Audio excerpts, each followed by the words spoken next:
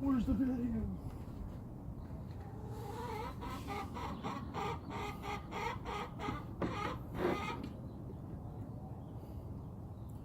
Here we go.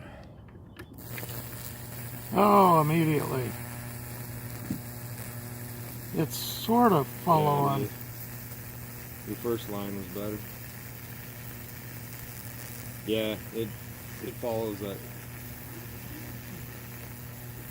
Well, if I put it in really heavy. Yeah, it should follow.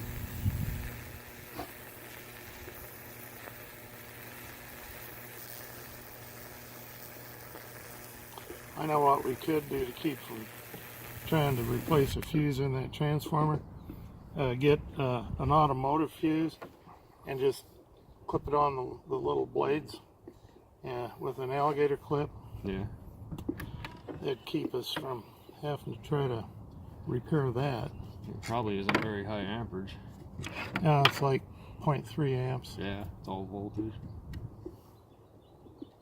Except when it goes dead short, it's going to take it out immediately. I'd like to hook my scope up to it and see what it's doing. What's the voltage? It's probably peak voltage while it's walking. Yeah.